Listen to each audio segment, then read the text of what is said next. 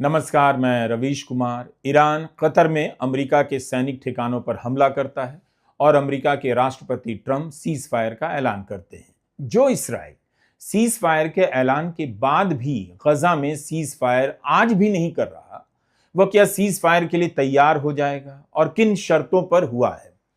आप cease fire का नाम लेकर हेडलाइन पर कब्जा कर रहे हैं और उसी समय में गजा पर हमला सीज फायर की घोषणाओं का मजाक भी उड़ा रहा है। तो इन बातों को ध्यान में रखते हुए शांति के नए मसीहा ट्रंप के सीज फायर के ऐलान को देखा जाना चाहिए। फिलहाल उनके ऐलान से यह तय करना मुश्किल हो गया है कि कतर के अल उदेद अमेरिका के सैनिक ठिकानों पर हमला करना बड़ी घटना है या ट्रंप का सीज फायर का ऐलान करना। सब इंतजार कर रहे थे कि ईरान ने कतर के दोहा के पास अमेरिका के सैनिक अड्डे पर हमला किया है, तो इसके बाद अमेरिका ईरान पर भयंकर जवाबी हमला करेगा और फिर उसके बाद ईरान का बचना मुश्किल हो जाएगा। लेकिन ट्रंप सीज फायर और युद्ध की समाप्ति की भाषा बोलने लग गए।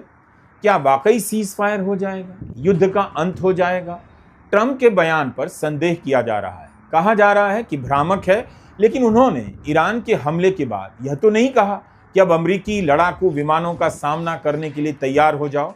यही कहा कि हमला करके ईरान ने अपने सिस्टम से गुबार भड़ास निकाल लिया है। सीज फायर की घोषणा के कुछ घंटों बाद ट्रंप ने दोनों देशों से कहा कि युद्ध विराम शुरू हो चुका है, इसका उल्लंघन ना करें। मगर 3 घंटे भी नहीं बीते और खबर आने लगी कि युद्ध विराम का उल्लंघन हो गया है। इसराइल ने आरोप लगाया कि ईरान द्वारा मिसाइलें दागी गईं जो हाइफा की तरफ आईं, इन्हें इंटरसेप्ट कर लिया गया है, मगर यह भी कहा कि इसराइल इस हमले का कड़ा जवाब देगा। दूसरी तरफ ईरान के विदेश मंत्री बयान दे चुके हैं कि हमने युद्ध विराम के शुरू होने से पहले के आखिरी मिनट तक हमला किया, यानी इसके बाद नहीं किया है। ट्रंप इस मामले में कमाल के लगते हैं। भारत और पाकिस्तान के बीच सीज फायर की घोषणा भी सबसे पहले उन्होंने की। अब ईरान इसराइल के बीच सीज फायर की घोषणा भी वही कर रहे हैं। दोनों देशों को बधाई दे रहे हैं कि इसराइल और ईरान इस बात को लेकर सहमत हो गए हैं कि पूर्ण रूप से सीज फायर होगा। अभी से 6 घंटे के बाद ईरान और इसराइल धीरे धीरे हमला कम करेंगे और 12 घंटे होते होते युद्ध को समाप्त मान लिया जाएगा।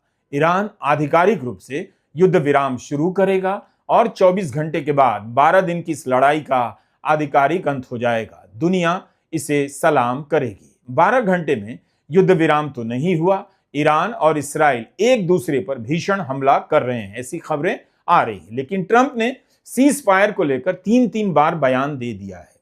अपने दूसरे बयान में ट्रंप ने कहा है कि ईरान और इसराइल उनके पास युद्ध विराम के लिए आए थे। मंगलवार सुबह ट्रंप ने लिखा है, इसराइल और ईरान दोनों लगभग एक साथ मेरे पास आए और कहा कि उन्हें शांति चाहिए। मुझे तभी समझ आ गया कि अब समय आ गया है। दुनिया और मध्य पूर्व ही असली विजेता हैं।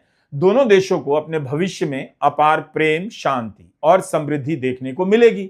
उनके पास बहुत कुछ पाने को है, लेकिन अगर वे धर्म और सच्चाई के मार्ग से भटकते हैं तो बहुत कुछ खोने का भी खतरा है। इसराइल और ईरान का भविष्य असीमित है और संभावनाओं से भरा है। ईश्वर आप दोनों को आशीर्वाद दे। ईरान और इसराइल के बीच लगातार हमले के बीच युद्ध विराम का दावा, कहना कि दोनों उनके पास आए थे।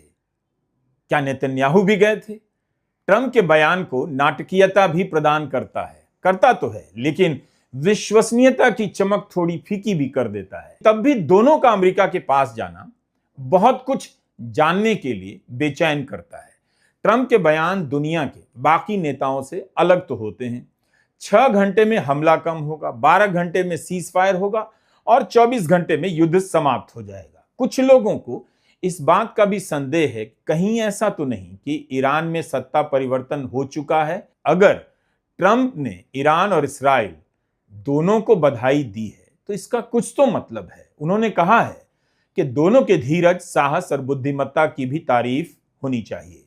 इस युद्ध का एक नाम भी दिया, 12 डेज वॉर, 12 दिनों का युद्ध जो वर्षों चल सकता था, पूरे मध्य पूर्व को नष्ट कर सकता था। लेकिन ऐसा नहीं हुआ और ऐसा कभी नहीं होगा। ईश्वर इसराइल का भला करे, ईश्वर ईरान का भला करे, मध्य पूर्व का भला करे, ईश्वर अमेरिका का भला करे और ईश्वर दुनिया का भी भला करे। वरिष्ठ अधिकारियों का बयान छप रहा है कि युद्ध विराम से जुड़ा कोई संदेश नहीं मिला है। ईरान के विदेश मंत्री अब्बास अराकाची ने सार्वजनिक तौर पर कह दिया उन्हें किसी समझौते की जानकारी नहीं, ऐसा कोई समझौता नहीं हुआ है। लेकिन अगर ईरान पर अवैध हमला करने वाला इस्राएली रिजीम तेहरान के समय सुबह 4 बजे तक हमला रोक देता है तो हमारा भी उसके बाद जवाबी कार्रवाई करने का कोई इरादा नहीं। हम अपने सैनिक ऑपरेशन रोकने के बारे में अंतिम फैसला बाद में लेंगे। यह एक बहुत बड़ा बदलाव है। अराकाची ने जरूर कहा कि ऐसा कोई समझौता नहीं हुआ है, लेकिन उन्होंने इस शर्त पर जवाबी हमला रोकने की बात तो की कि अगर इस्राएल रुक जाएगा तो हम भी रुक जाएंगे। ईरान पहले से यह बात कह रहा है। ईरान के सुप्रीम लीडर ने कहा था कि हमें थोपी हुई शांति भी मंजूर नहीं और थोपा हुआ युद्ध भी स्वीकार्य नहीं। आपको यह भी याद रखना चाहिए कि जब ट्रंप ने बिना शर्त सरेंडर की बात कही, तब ईरान ने साफ साफ कह दिया सरेंडर नहीं करेंगे। अमेरिका की धमकी का उन पर कोई असर नहीं पड़ेगा। लेकिन ये जनाब क्यों चुप हैं? 21 जून की रात जब अमेरिका ने ईरान पर बम गिराया, तब तो ट्रंप की तारीफ में कसीदे कसने लग गए। क्या क्या नहीं कहा नेतन्याहू ने, प्रार्थना करने चले गए और ट्रंप और अमेरिका की रक्षा के लिए दुआ मांगने लगे। साहसिक फैसले के लिए ट्रंप को धन्यवाद किया, कहा इससे इतिहास बदल जाएगा। अमेरिका ने ऐसा किया है जो कोई देश नहीं कर सकता। अब नेतन्याहू क्यों नहीं बोल पा रहे? कम से कम 12-14 घंटे तक आवाज तो नहीं निकली कि ट्रंप ने सीज फायर कराकर ऐसा कर दिया जो कोई देश या नेता नहीं कर सकता था। 21 जून की बमबारी के बाद नेतन्याहू ने यही कहा था ना कि वे और ट्रंप दोनों मानते हैं कि शक्ति से ही शांति आती है।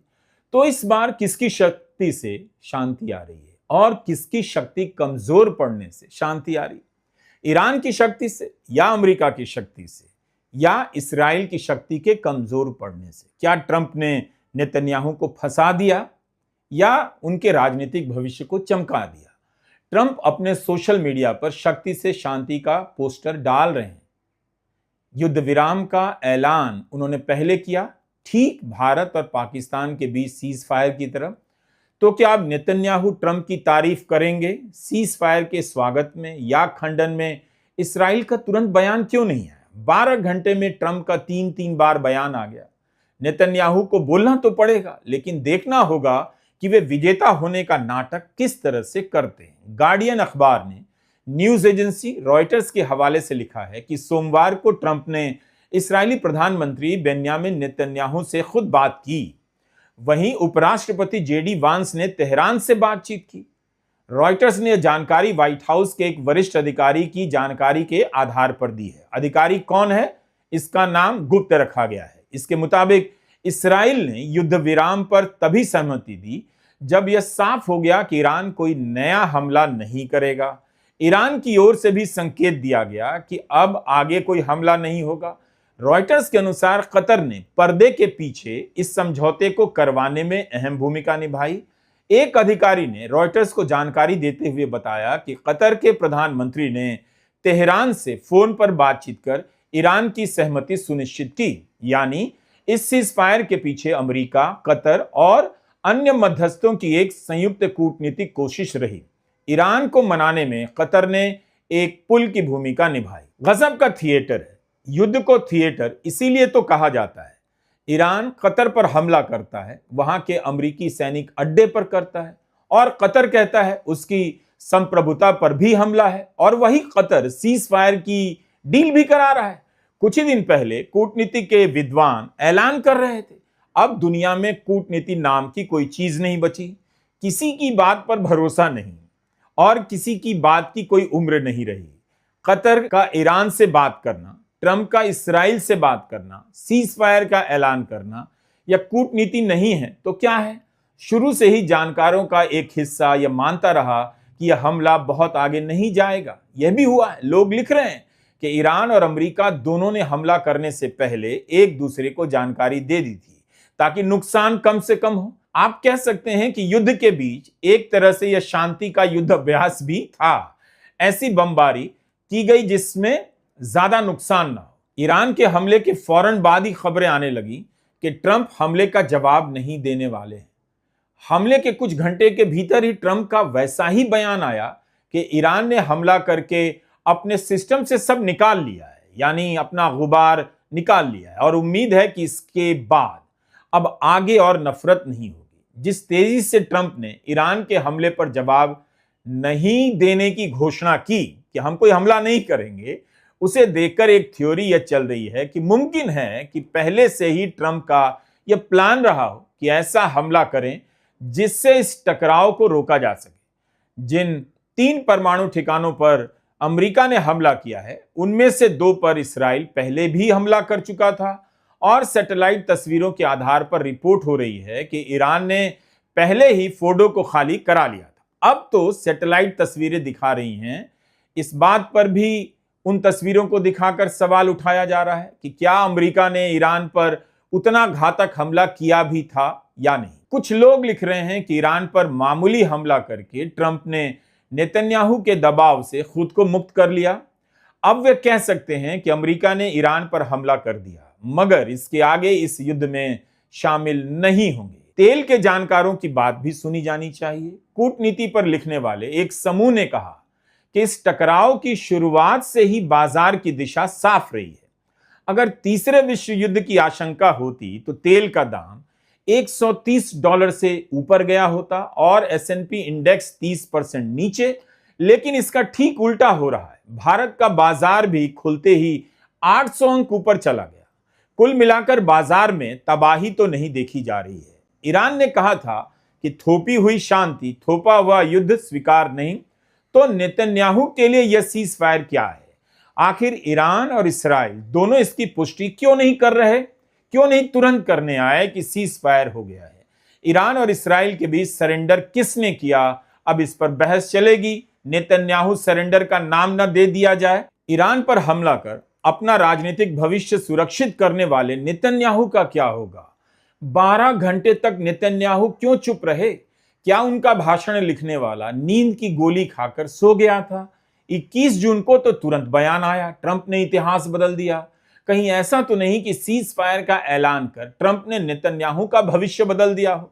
अगर ट्रंप के हिसाब से सीज फायर होता है, तब तो नेतन्याहू की योजना और शक्ति की भी गंभीर समीक्षा होगी।